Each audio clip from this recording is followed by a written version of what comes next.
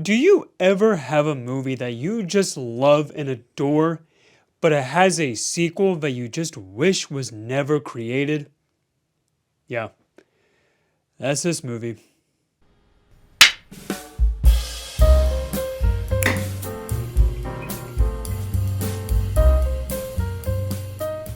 Greetings, my fancy friends. Welcome back to the channel. And today, I'm going to be talking about Ready or Not 2, Here I Come. Once again, starring Samara Weaving and Kathryn Newton, and is the sequel to, in my opinion, the very underrated instant classic Ready or Not.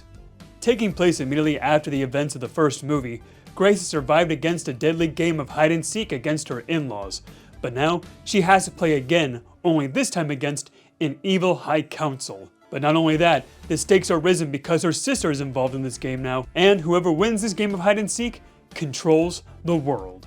I am so happy that I get to talk about Ready or Not with you guys because I adore that film.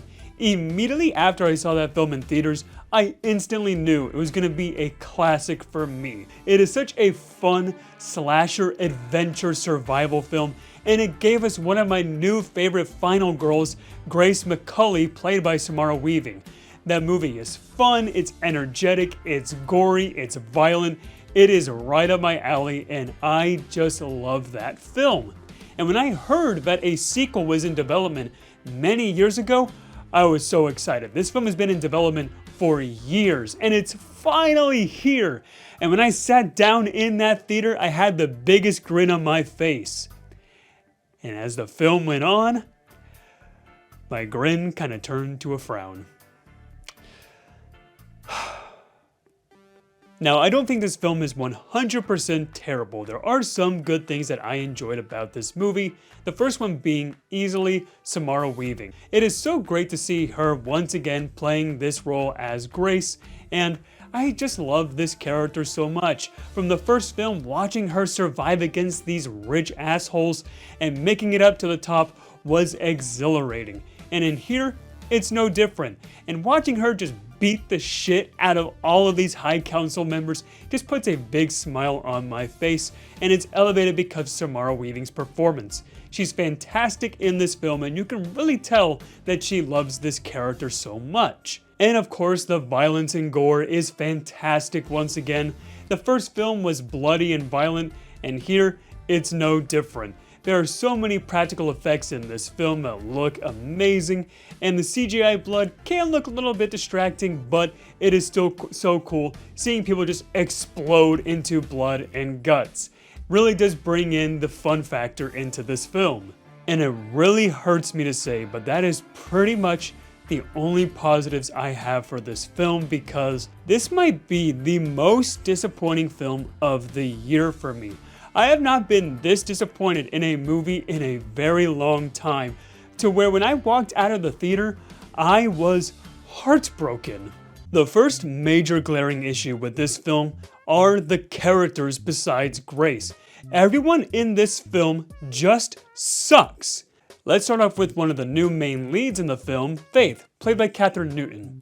Now, don't get me wrong, I love Kathryn Newton in a ton of movies. I think she is a great actress. I really do think she brings in a lot of fun and energy into any movie that she's in.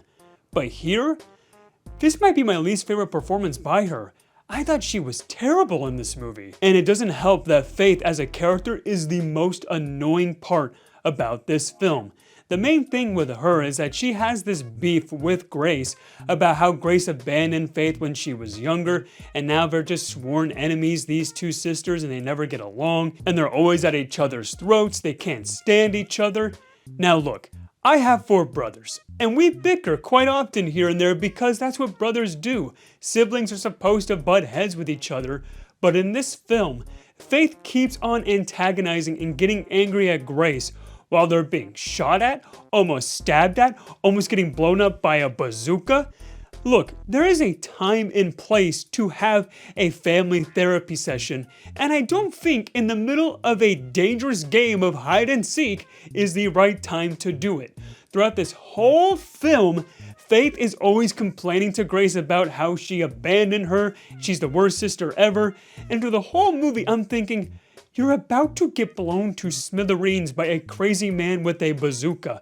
Now is not the time. And it goes on and on like that through the entire film. And not like a cliche where, oh, they make up like in the middle of the movie, then work together. I mean, that happens, but even after they have their makeup, they still continue to bicker and fight. Like, come on, just stop bickering.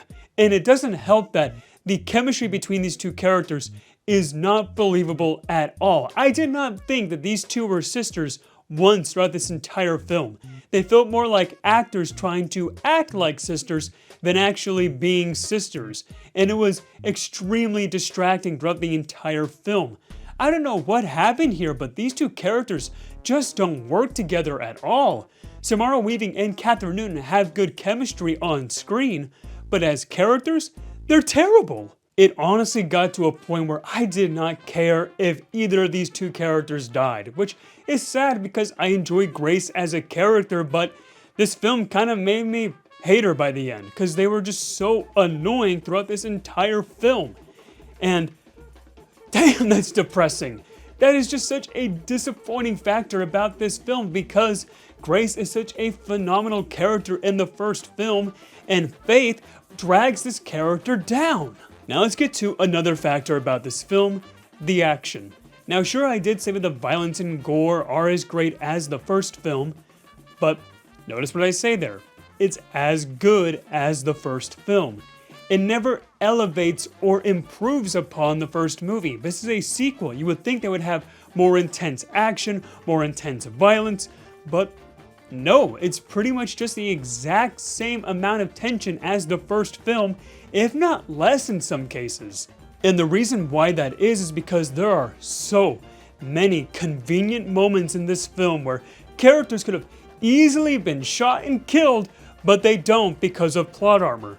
This happens over and over and over again. Some silly, stupid thing happens that prevents a character from dying, or it's like, oh, we're not going to kill you because of plot reasons. We need this film to be 2 hours, not 20 minutes.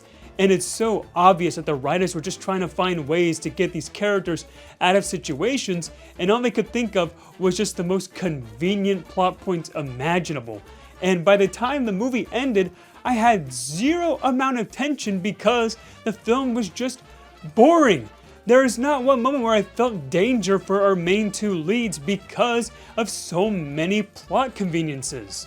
I swear you could make a drinking game out of this film by taking a shot anytime a character escapes death in the most plot armor way possible. And it's so annoying. And it doesn't help this film just jumps the shark in so many ways. The first movie had a perfect balance between exhilarating and goofy. And this film, it's just dumb. Not even in a fun way, it's just stupid. This whole plot of winning this game of hide and seek to take over the world, it's just stupid.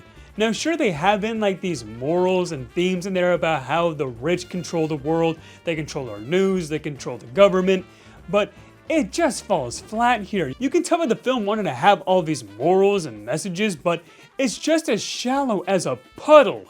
And another reason why this film doesn't have the sauce is the setting. Now the first film, it had the sauce. It was in this weird, mysterious mansion with all these creepy statues and all these trapdoors and cool locations. And in here, it's just like a fancy rich mansion with a golf course. Like nothing cool, nothing unique about it. Like the first 45 minutes is just on a golf course. What is exciting about a golf course? The most boring sport imaginable. How is that exciting? And inside this mansion, there's a casino, a meeting room, and that's kind of it. Oh, a ballroom too. There was a ballroom. How can I forget the ballroom scene, which was fine. Like all the settings and locations here hold nothing compared to the first film. It's such a waste. And all the villains in this film are just, ugh. The first one had so many unique villains like the butler, the father-in-law, the husband. They were all cool characters that you just couldn't wait for them to die. And in this film, they are either way too goofy or have zero personality and don't fit into this film at all. Especially the main villain, Titus, played by Sean Hattie. He does things in this film that just mess up the entire tone of this movie. Now, like I said, the first one was fun, exhilarating, but had some intense moments. And in here, it's mainly goofy throughout the entire movie until we get to Titus, who does so many creepy and horrendous things in this film that mess up the whole tone. I was like, okay, does this film want to be over the top and crazy, or is it trying to be dark and serious? This film can't balance out any of the tones because of this one character. He messes up so many things in this film. And it doesn't help that Sean Hattie's performance is all over the place, either being way too creepy and menacing or dumb. Like, he's no in between. Like, he's either just a stupid character or a creepy character. And he just sucks in this movie. And don't get me started on Elijah Wood. My boy, one of my favorite actors of all time. They did him so dirty in this movie. He is horrible in this movie. He has nothing to do in this movie. The only thing that he does is spew exposition and retell plot points. That's all he does. It's like he's an AI just explaining the plot of a movie. He has no real character to him. Sure, he's a little weird, but there's nothing for this guy. Elijah Wood has no material to work with the script that he was given because there's just nothing for this character to do except for just talk about what's already happening in the movie. Okay? Okay. Now look, I know I am tearing this film apart, but you have to understand that I do not like being angry about movies, but I was so hyped for this. The first film is an instant classic for me. I watch it every year around Halloween time. I adore that film. And this one just brings nothing new to the table, with the exception of one thing: the ending.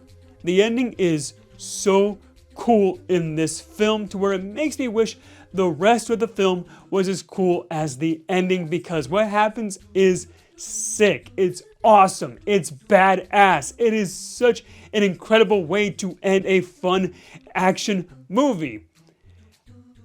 It just makes me see all the potential of what all the rest of the film could have been. Man, this film broke me. I walk out of the theater just with a big frown on my face, wondering what was the point of this movie. There's nothing new to the table, nothing new for our characters besides a really bad subplot with sibling rivalry. Everything new that's brought here is just bad. Like, all the things that are good about this film are good in the first movie. So just go ahead and just watch the first movie. Skip this one. So is this the worst film of the year? No, because I can tell some love and attention went into this movie and that the directors really do love this franchise and Samara Weaving loves this character. I see love put into this movie, but that doesn't make it a good one. Which is why I'm gonna give Ready or Not 2, Here I Come, the trash top hat. Man, that sucks. To all my fancy friends out there, thank you so much for watching. But it's your first time here and you like what you've seen, be sure to subscribe for more content. And have you seen Ready or Not 2, Here I Come? What did you think about it? Let me know in the comments down below. I hope you have a fantastic night. And as always, stay fancy.